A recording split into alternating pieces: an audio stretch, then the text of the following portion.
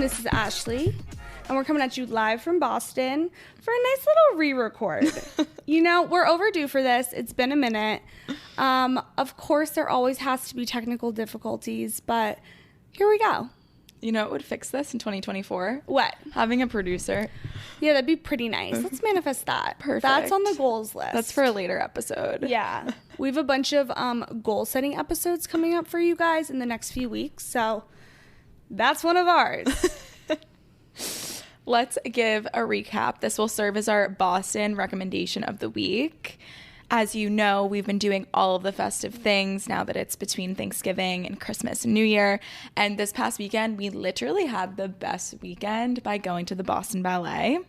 So we went to see the Nutcracker. It was so holiday themed. It was amazing. It was. We did a little date night with the men. We did a dinner at Avon's. I highly recommend. It was an easy 5-minute walk. Everyone that was at dinner at Avon's was also just dressed up. For an early res, I was convinced they were also all going to the ballet. Yeah, we were eavesdropping. They're like, the show starts at 7, right? And I was like, this feels Another like one. Yeah, this feels like a simulation. Yes. Like, we're all dressed in like gowns, and definitely recommend if you go to dress up like your best self, make it a whole evening. And we walked over, we saw the show. It was magical, as Ashley had already mentioned, but then we also got a backstage tour post-show, so we got to learn about the history of the Opera House, and we got to literally stand on the stage and look up at the ceiling and get to see what the ballerinas get to look at, which is literally gorgeous. It feels like a Greek mythology-inspired opera house, which is cool, which I didn't realize till I got onto the stage. The floors were springy, so like, fun fact, they have to do that to prevent any injury because the ballerinas are jumping so much. And it really was just a peek behind the curtain of our new favorite Boston activity. Yes, it was so much fun. Highly recommend. If you still want to go, there may be limited tickets, but you can use code YCDB40 to see what discounted tickets are left. Yeah. So check those out. It's only running through the end of December. I think I'm going to try to go one more time if I can get 3 tickets together for my mom's birthday. So maybe I'll see you there. Maybe I won't, but tag us if you go. And yes. I promise you will not regret it. Love it. Should we jump into the episode? Yeah, let's jump into today's episode. Okay, so today's episode topic really sparked from an Instagram post that I saw. Which, why is that everything always? Like, you know, I'm always like, oh yeah, this thing I saw on TikTok, this thing I saw on Instagram. Anyhow, the post was, if you resonate with any of these signs, you're probably an extroverted introvert. And I could not agree more. I felt seen in this moment. And I sent it to Ashley, and she was like, you know what? I don't resonate with that. And I think I'm the complete opposite. So it was a very you can do both moment. And today we're going to bring awareness to like the different types of extrovert, introvert, mix of the two, and how we identified kind of what we are, because that's really important in navigating how to make sure you're bringing your best self to all of the social situations and ensure that you have a fully charged social battery, or when you don't, you know how to act like you do. Yeah, because this month is going to be jam-packed full. We already told you in last episode, like, we're being chaotic. We're being social butterflies. We have a packed schedule, all of the things. But that's not going to be fun. It's not going to be enjoyable. And you won't be showing up as your best self if you don't know how to play into your strengths of your personality type. Exactly. Before we dive into our tips and tricks, you guys should know what we are. So, Court, what do you classify yourself as? So I am now an extroverted introvert. Growing up, I was definitely an introvert. I was camera shy. I was, I had stage fright at any sort of dance recital. My parents would like force me to go into uncomfortable situations, which I think I've talked about in the confidence episode, but they would make me try out for these like school teams that I just had never played the sport of before. Aww. And like this was literally like in high school too. They'd be like, you have to play a sport. I'm envisioning like little elementary court. Well, that too. But that if it weren't for those situations, I would not be the extroverted introvert that I am today. And so in me being an extroverted introvert, I'm someone that people think of as an extrovert. Like they would have no idea that I prefer, you know, my alone time. And I think when people in like past living situations and friendships, it comes as a surprise because I come off so social. For example, when all of my roommates would be hanging out and, you know, doing roomy things, like I would have to lock myself in a room in order for me to recharge so I could be social and then eventually join them. Whereas some people are just not necessarily built that way. And I really need to prioritize and be socially selective with where I put my energy, because I like to do all of the things, but I can't do all of them without having that alone and solo time and recharging in that way. Yeah, I feel like you're really good at protecting your peace and carving out time and just knowing yourself, knowing that you can't go to this social situation because you're not going to be your best self. After that, you're going to be exhausted and need to recharge. Exactly. So I think you're really good about scheduling your you time. Yeah. Thanks. I think you said something interesting, that you kind of were put out of your comfort zone. Yes. And I feel like that's a huge piece. If you are an introvert, you're not going to grow by staying and thriving in your introverted tendencies.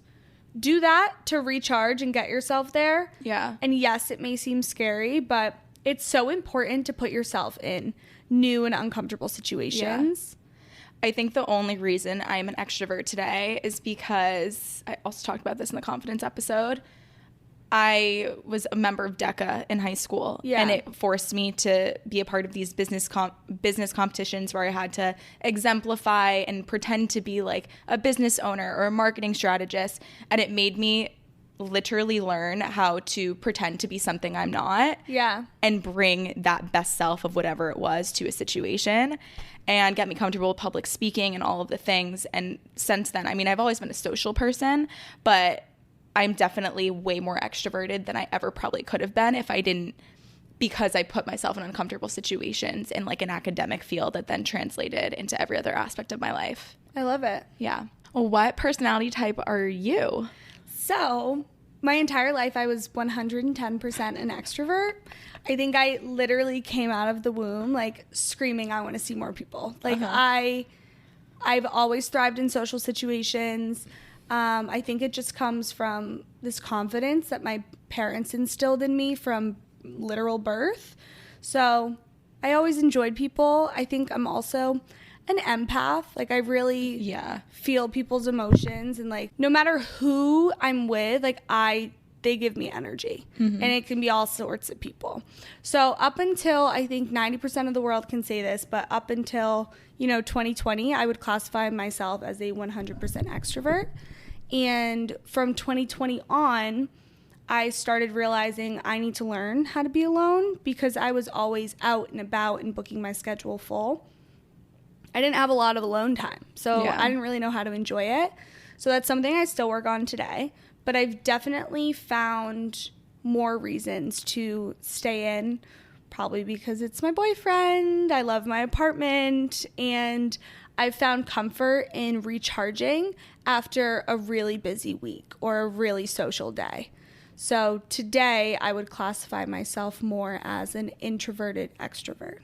Isn't it so fun that people can think that they know you, but then they don't actually know you to your core?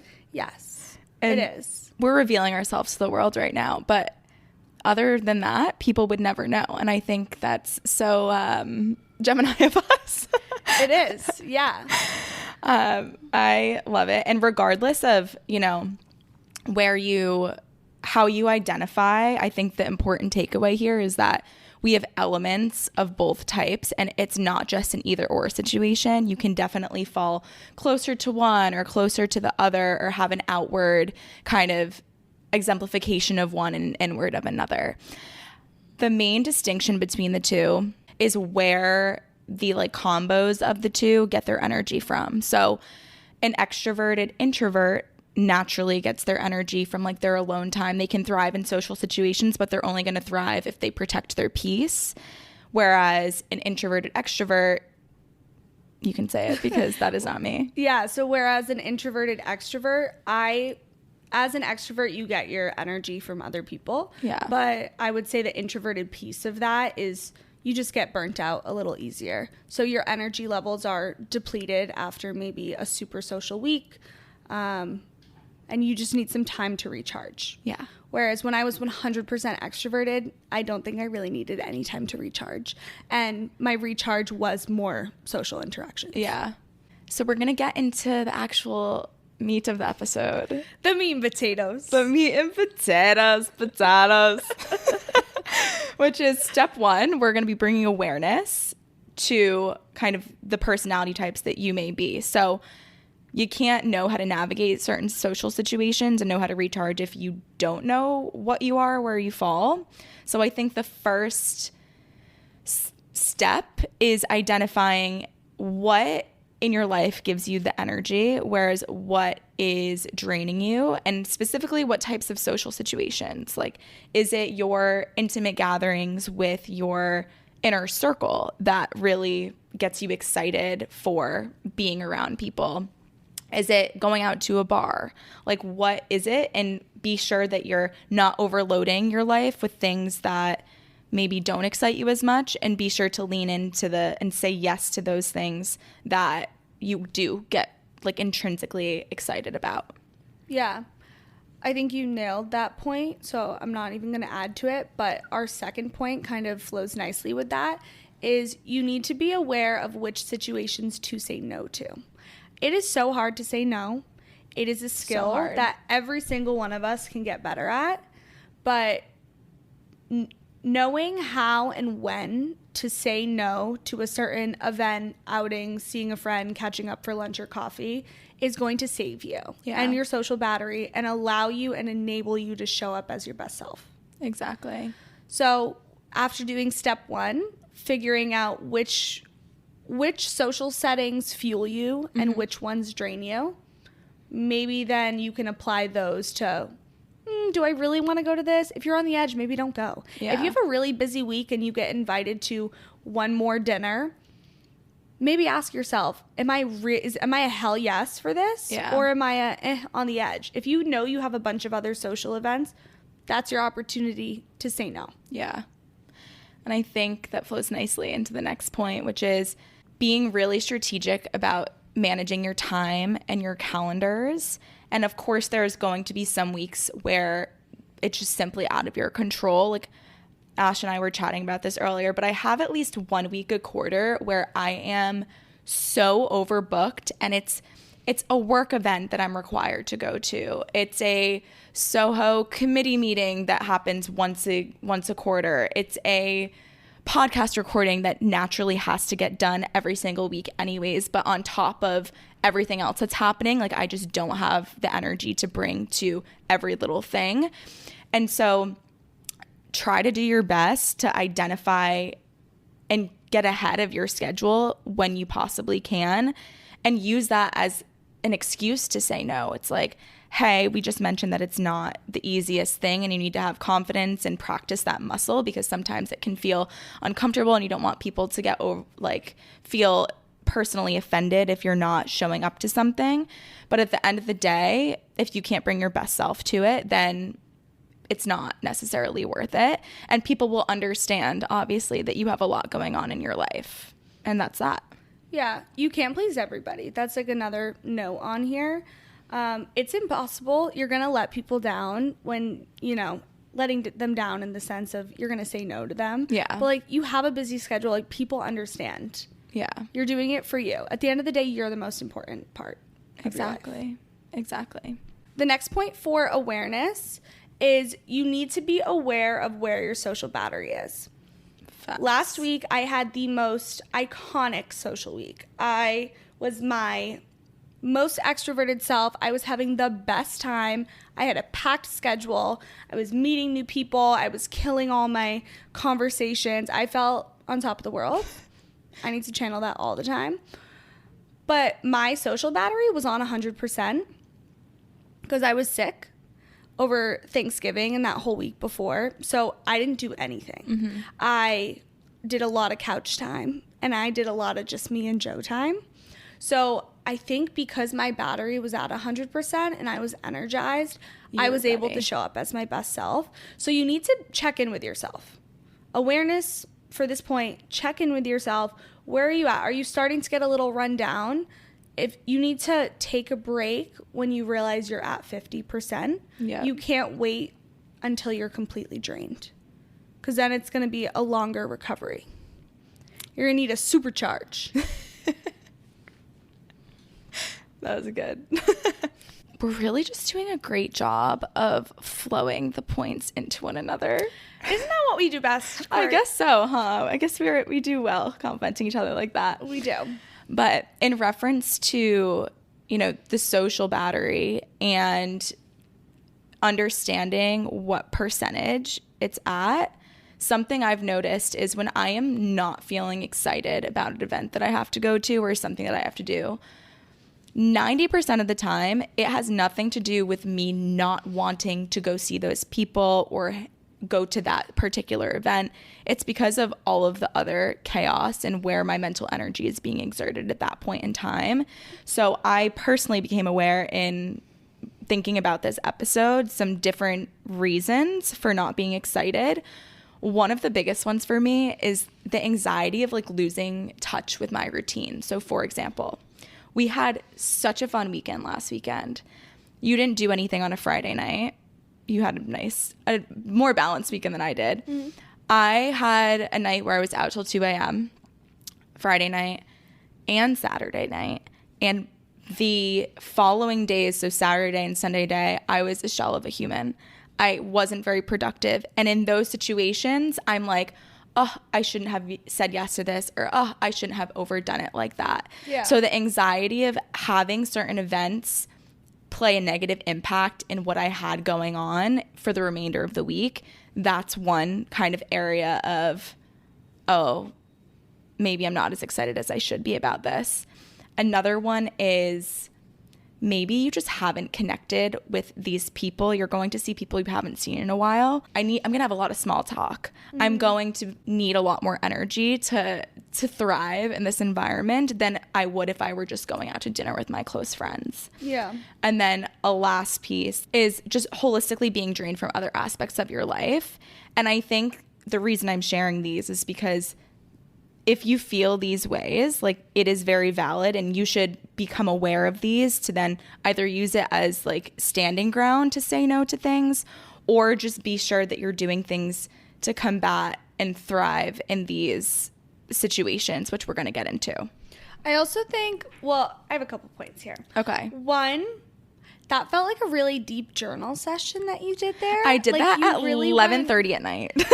That's when Court does her best work. That feels like you did a lot of introspective work there. Yeah. My second point is I think it's nice to identify, okay, why don't I want to go to this event?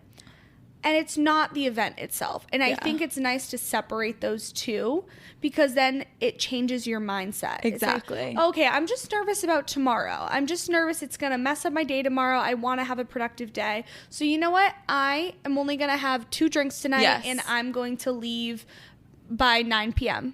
Yeah. And then I think that'll allow you to enjoy your night more. Exactly. Whereas if you just went into it oh my God, I wish I just didn't have this. You're showing up as a totally different version. Yeah. And at the end of the day, we are the ones that have the power to decide how we're going to show up. Yeah. So like you said, reframing it and removing your negative feelings about the event away from the event itself can help you bring your best version to it. Totally. So naturally, as we do in most episodes, we have some action items to help you thrive during this chaotic season, especially when you're an extroverted introvert or an introverted extrovert or an ambivert, which means... Oh, yeah, we didn't really talk about this. So as we're looking up these definitions, if you are any of the two, any sort of combo, you pick. You're technically an ambivert. And I think that's most people, And I hope that we're saying that right. Yeah. I don't know why it doesn't seem like a real word. Should we ask Google really quick? Feels like amphibian or something. Okay, ready? Google. I think they called it ambiversion or something. Yeah. Ambivert. Ambivert. Why is he not saying the A, though? Ambivert? Ambivert. I think he just has an accent. Excuse me, Google. Can you have just an American accent, please? Ambivert. 3, 2, 1. Ambivert. Ambivert. We're saying it right. Okay. Look it up. It sounds exactly how we're saying Yeah. it. We're sounding it out. Anyway, so that is basically anybody who does both. First one being, refine your inner circle. So look at who is closest to you. Put some work in to refine them, because these are the people that you're going to be able to lean on to help you recharge. These are the people that you can FaceTime when you're getting ready for an event that you don't want to go to, and they're going to give you energy. So important. I think with your inner circle too, like Ashley and I were going to an event with a lot of people and we were drained for other reasons. We got together and we got ready for the event together, and simply just us like riff-raffing, doing makeup, like listening to good music, but being with your inner circle helped us get ready for that more social event that we maybe had a little anxiety about, or just less energy before we got together. We literally looked at each other before and we're like, why did that just re-energize me? Yeah. Something so simple as just getting ready with your best friend. Yeah. It's Easy. the best. Easy, the best. It reminded us of college, and we were going to see a bunch of college friends, so it got us just in the mood and all in the right mindset, and it was perfect. Next action item is intentionally schedule time to recharge. This may sound obvious, but especially in those busy, overbooked weeks, you likely will not be thinking about the time to recharge. So even though it may be really hard to carve out that time, like 10 minutes in the morning to read to yourself, 10 minutes before bed to journal and check in with yourself, force yourself to go to the gym. I always feel like in stressful times in my life, I push off all of the things that I need so badly because I feel like I don't have enough time. But it's a simple act of getting yourself there that once you do, you're going to feel so much better and recharge for all the other aspects of your life. Yeah. Wow, you were like 10 minutes here, 10 minutes here. In my head, I'm like, Sunday, I will not speak to a soul. Like, Sunday is my me day. Yes. I was thinking larger. Yeah, well, it depends on your week. If you have the time, of course, dedicate a singular day. Yeah. But even when you have a busy schedule, will always be time if you put intention behind it. Yeah. I've been trying to intentionally put aside time to read at night just because it takes me out of my life. Yeah. And I've been reading like every single night before bed, and I feel so good. Guys, you have to get a Kindle. It's the best. It is the best thing in the entire world. Like, I think obsessed. I'm getting one for Christmas. Yeah, you should. Yeah. Absolutely. Okay, next point. Create a self-care routine. So routines, we talk about them all the time. You guys love to hear about our routines. We should probably do a refreshed one for the new year. Routines are so important. They're what's going to keep you on track. And when life feels crazy and you don't know where to turn, you have something reliable to look at and to follow it brings your body peace and calm and relaxation. So look at your morning routine, look at your night routine, look at your week routine. Like, when do you do your sheets? When do you do your laundry? When do you have time to just figure out your schedule for the week? Look at all of your routines and refine them to something that you feel really good about. I love it. Next one you slightly touched on, but don't be the last to leave. Like, there are ways that you can have fun, but don't overdo it. I've been getting into the habit, so mature of me, of mixing in waters when I'm out. When people are, I think when you're in social situations too, and people are like, oh, do you need another drink? Or I'm going to the bar, do you want me to get you something? It's so easy for you to be like, yeah. Like, why is that our culture to rush to the next one? And I remember there's been times recently where I have like 2 full-blown drinks in my hand. It's like, why? I literally could have just had one. But there's ways to protect your energy while you are out, and that being set a curfew for yourself. Like, I need to go home at this time in order for me to bring my best self to the next event tomorrow, or not be hungover the next day by mixing in waters or having 1 to 2 less drinks than everybody else. Like, at the end of the day, I think people in our culture and society, we just like do things because everyone else is doing them. But if that doesn't work for you, don't do that, you know? No one's having a close eye on you and saying, you know, oh, she left early, like, what a loser. Like, she's not drinking when everyone else is. It's like, no, you're doing you, and no one else is paying attention to that. Yeah. And as long as, like, you're having fun and you're contributing to the group, like, you don't need to have another drink. Yeah. You know? If you're, like, you know, complaining that you want to go home the whole time, well, take yourself home. Yeah. But yeah, I love that. I think that's great. That's my favorite thing. Don't be the last person to leave in like a big group setting. At all of the work events, my first ever Christmas party I went to, I was one of like the last 3 people here, and I promised myself from that time forward I will never be the last person to leave. Why? Were you just drunk? Shit gets creepy. Shit does get creepy. Yeah, it's like, we don't need to be here. It's like 3 young people, 1 old guy, and we're just looking at each other, and it's like, we don't really have that much in common. I'm going to go home. Yeah. I'm going to go home. So I left all Christmas parties early at a responsible time. I was fun. I did my work. I did what I needed to do. Talked to the people I needed to talk to, and then I got out of there. Yep.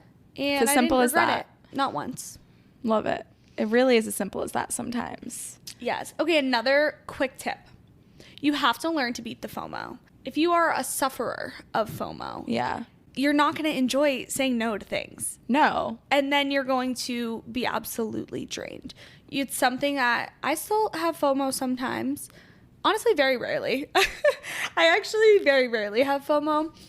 But it's hard. It's hard to not want to be with your friends all the time. But we're here to remind you there's going to be another opportunity. Yeah. They probably won't. This night isn't going to be very significant. There's going to be so many going forward. And it's okay to stay in. Me over here, I'm like, if I say no to something, I'm like, oh, I'm so happy I'm home right now watching a movie on the couch. I'm so happy. Yeah. You just have to reframe it. I think this whole episode is just about reframing to do what's best for you. Okay, so that concludes our quick tips. So just to recap here. Everybody's a little bit of everything. Mm-hmm. So you have some introverted tendencies, you have some extroverted tendencies. Might be 3 to 2, it might be 4 to 1. Who knows? We're all somewhere in the middle. Mm-hmm. We're all ambiverts. So we kind of reviewed what you need to bring your awareness to, and then some action items, some to-dos that you can actually implement today into your week and into your weekend. We hope that these are going to allow you to thrive throughout this busy month of December.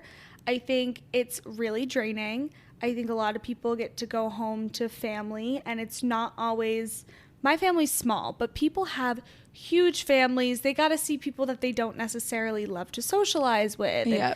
It's not all fun social situations. So I think being intentional about your time, taking away these action items, we're here to get you through it, and you're going to thrive if you follow our little outline. Yeah, it's all about reframing, and now I honestly can't wait for everything that I have going on this month. Yes. Just literally do what you have to do to bring your best self to the situation. Otherwise, it's not going to be fun for yourself or for other people around you. Exactly. So we hope you took something away from today's episode. I cannot wait to have a balanced weekend this weekend because I was way too extroverted last weekend. But regardless of where you fall, I hope you took something away and are excited for your weeks to come. Yeah, if you enjoyed the episode, send it to a friend. Send it to someone in your inner circle. Rate us 5 stars, and we'll talk to you next week. Bye. Bye.